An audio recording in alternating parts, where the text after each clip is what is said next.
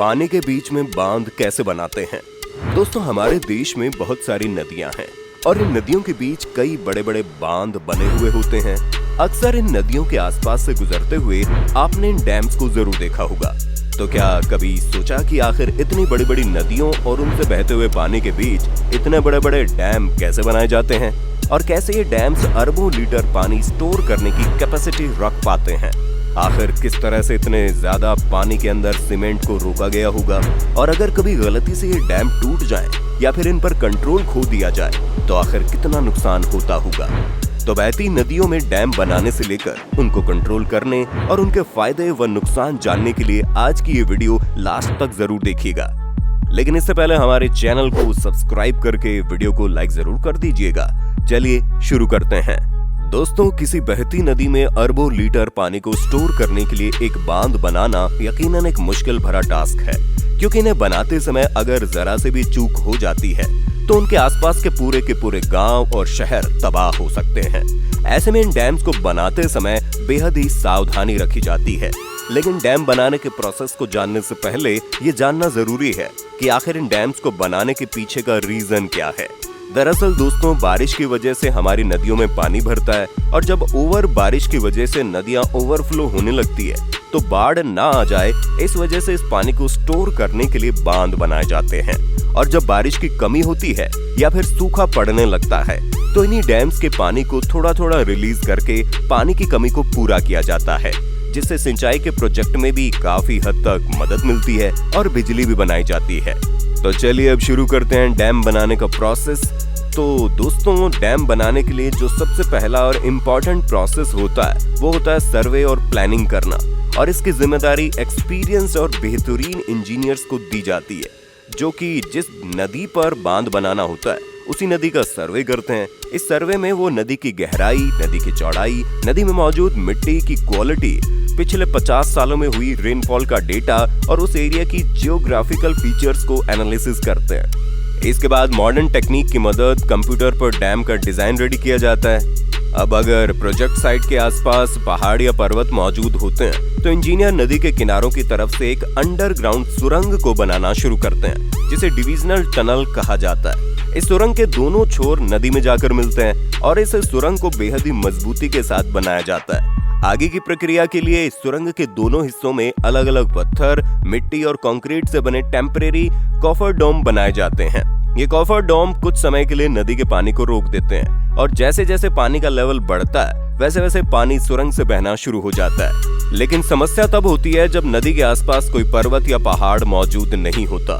तो ऐसे में इंजीनियर को उस नदी के पास में डैम बनाने के लिए एक डाइवर्जनल कैनाल यानी कि एक नहर बनानी पड़ती है।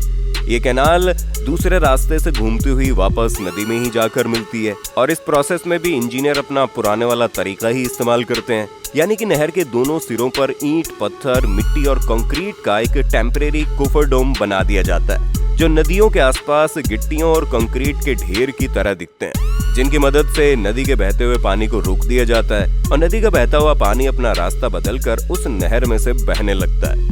इन दोनों ही प्रोसेस में नदी के दोनों सिरों के बीच में बनाए गए कोफर डोम के बीच के हिस्से में खाली जगह बचती है, जिनमें नदी का पानी भरा हुआ होता है। अब इस पानी को निकालने के लिए इंजीनियर हैवी मोटर वाली पंप का इस्तेमाल करते हैं, जिससे इस हिस्से का सारा पानी सुखाया जा सके और बांध बनाने के लिए एक सूखी जमीन का इंतजाम किया जा सके। और अब शुरू होता है डैम बनाने का असली प्रोसेस। लेकिन ये कहानी का अंत नहीं बल्कि शुरुआत है। तो दोस्तों, डैम बनाने के लिए सबसे पहले इंजीनियर उस सूखी जमीन की खुदाई करते हैं और उसकी सतह को एक बराबर कर लिया जाता है। अब बारी आती है एक मजबूत नींव बनाने की, जिसके लिए इस जमीन में बड़ी बड़ी मशीनों की मदद से पास डीप होल्स किए जाते हैं और इन होल्स में सीमेंट और कंक्रीट का मिश्रण भरा जाता है। अब इंजीनियर जमीन के अंदर सीमेंट और कंक्रीट की एक अंडरग्राउंड और मजबूत दीवार तैयार कर लेते हैं। इस दीवार को कट ऑफ वॉल कहा जाता है। ये इस दीवार को इतनी मजबूती के साथ बनाया जाता है कि जमीन के अंदर पानी को लीक होने से बचाया जा सके। अब बारी आती है जमीन के ऊपरी हिस्से की।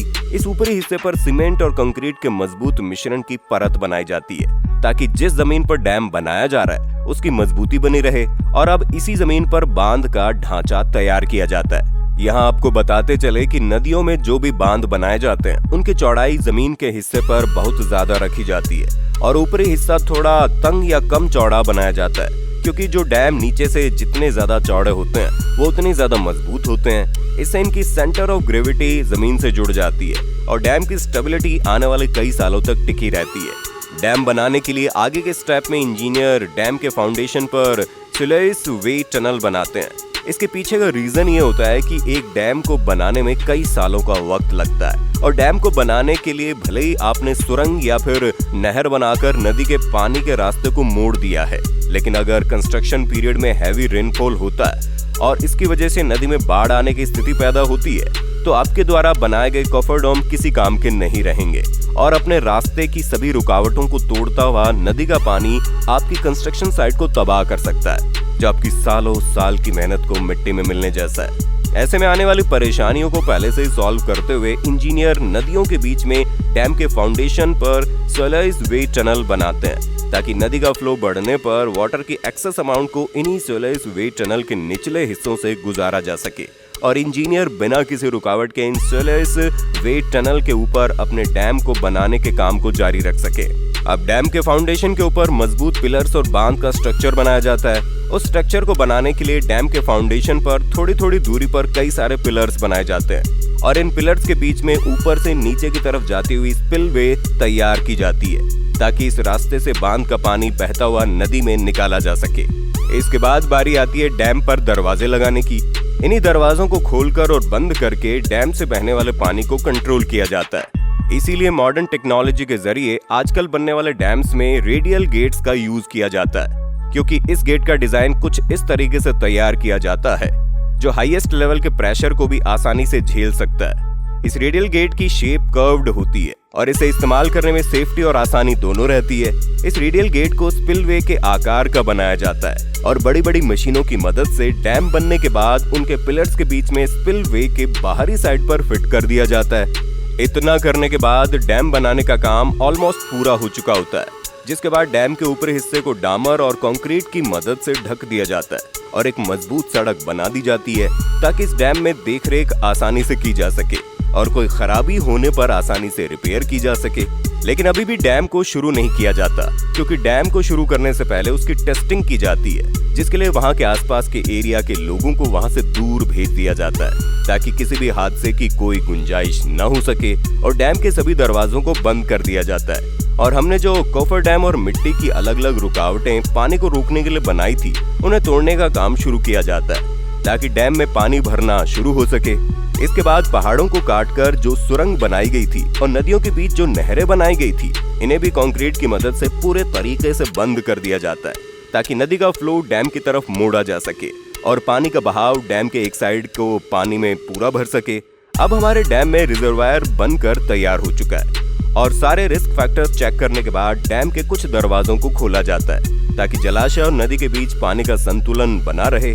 तो दोस्तों, उम्मीद करते हैं अब आप समझ गए होंगे पानी पर डैम बनाना कितना मुश्किल होता है और इसके लिए किन किन प्रोसेस से गुजरना पड़ता है। आपको ये वीडियो कैसी लगी हमें कमेंट करके बताइएगा। साथ ही वीडियो को लाइक कीजिएगा, चैनल को सब्सक्राइब कीजिएगा और ज्यादा से ज्यादा लोगों तक वीडियो को शेयर करना बिल्कुल भी मत भूलना।